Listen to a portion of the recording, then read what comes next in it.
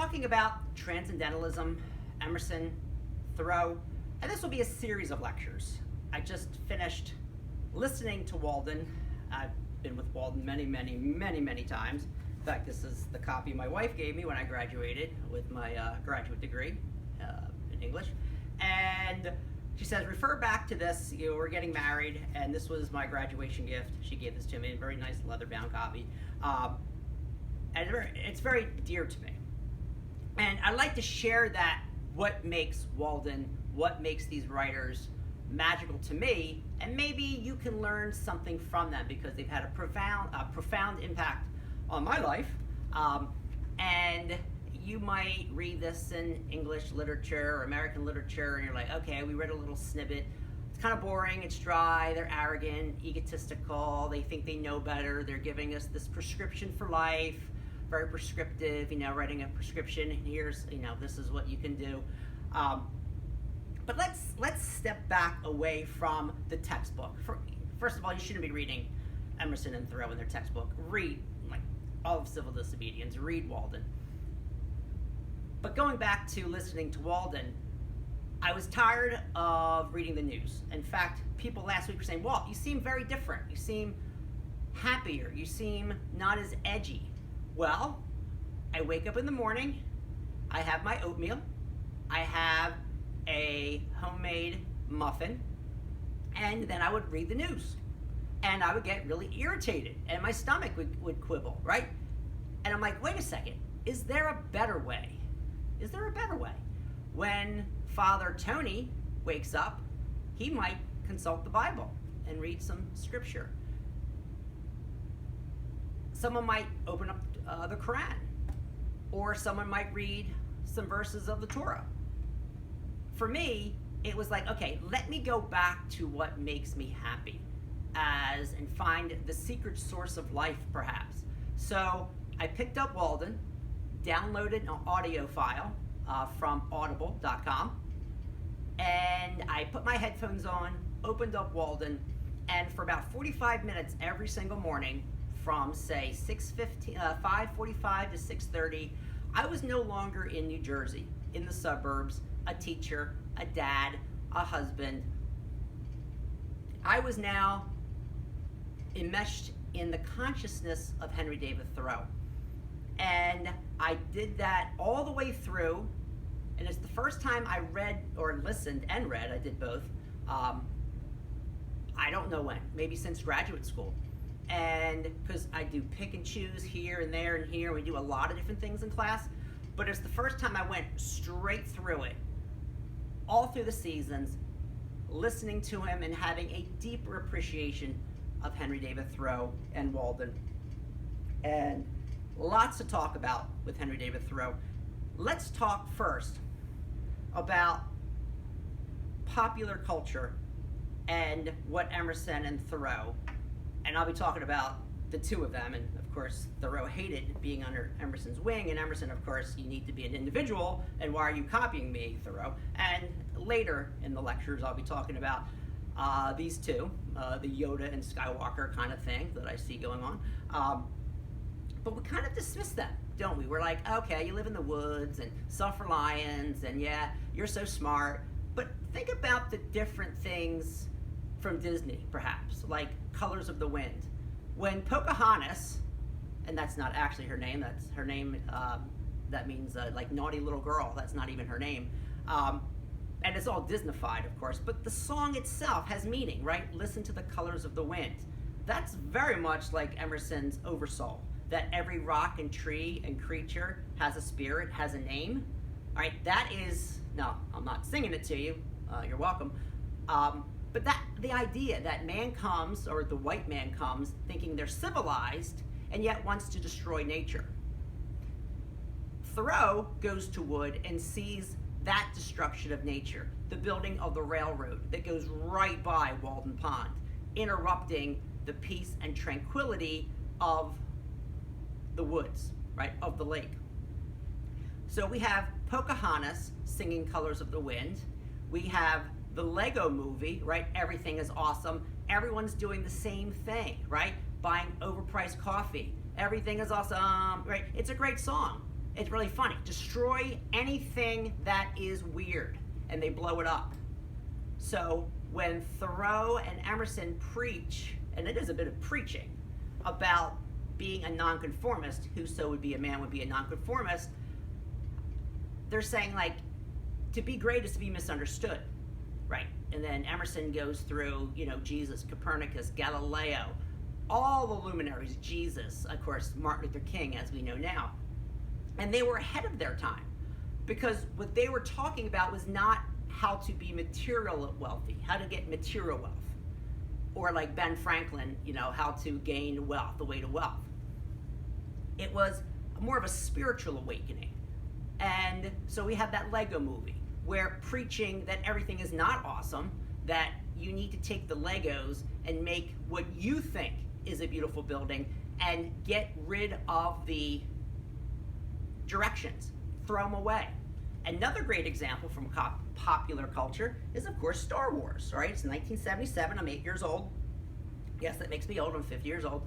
And when Luke Skywalker, who knows how to do what he does without technology, right? He's been on Tatooine, he's used a rifle or whatever he used to do, and he doesn't need a machine, right?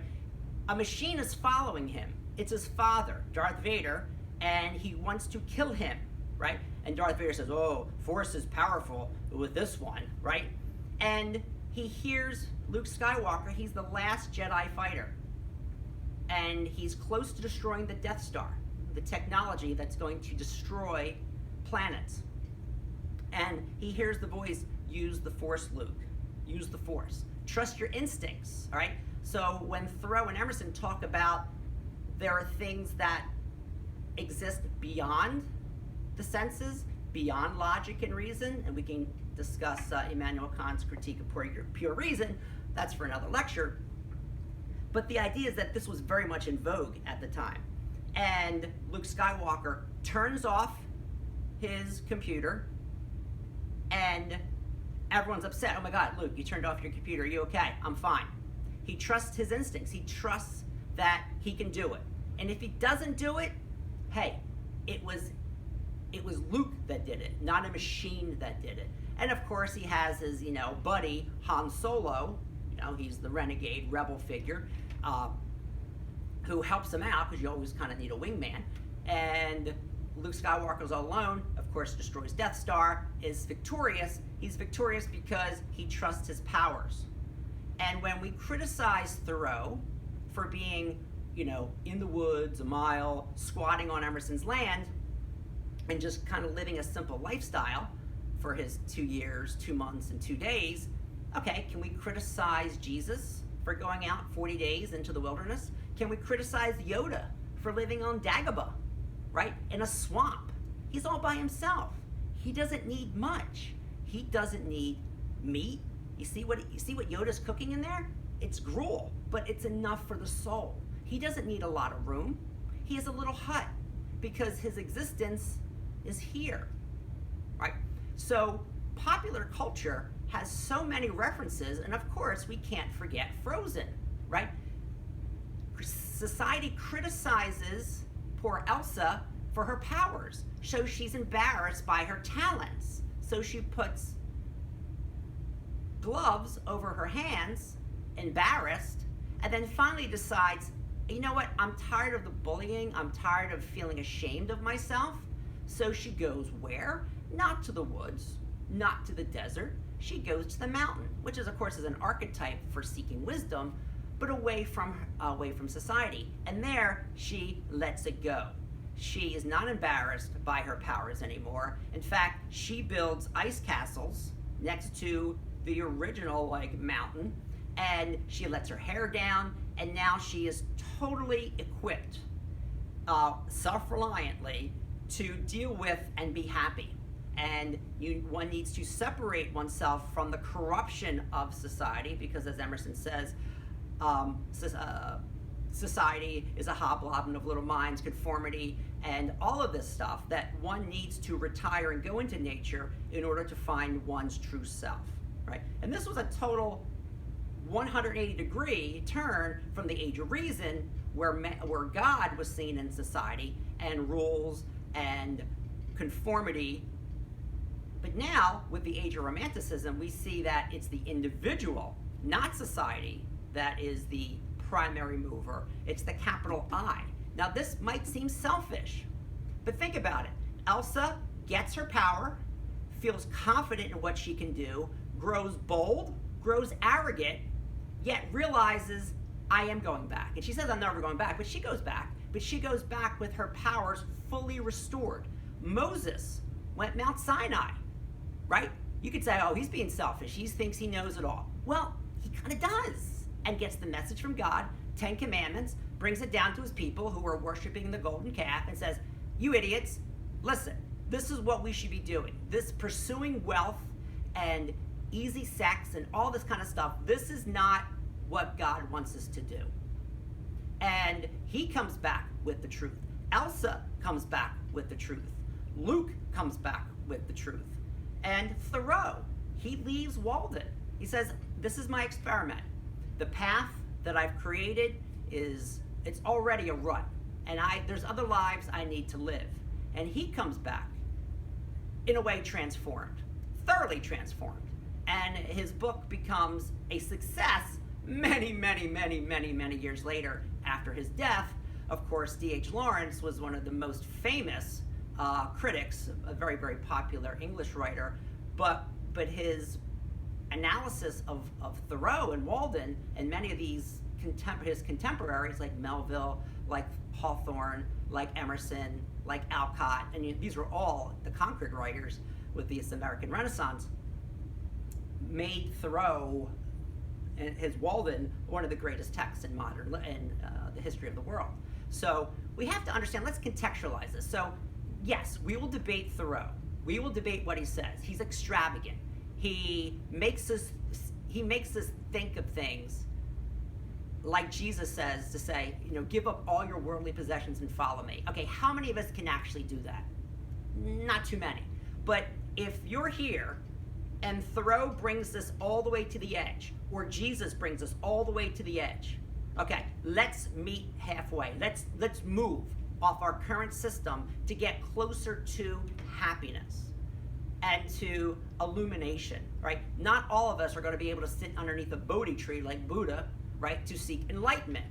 But we can learn from what he has done to take some time for ourselves, to contemplate, to do meditation, to not be caught up in the whirl and girl, it's not even a word, of modern society, right? So there's so many examples from movies, from popular culture, that illustrate the very concepts of transcendentalism that you may say, oh, this is bogus. Okay, if it's bogus, how come you like Frozen so much? If it's bogus, why do you like Star Wars so much?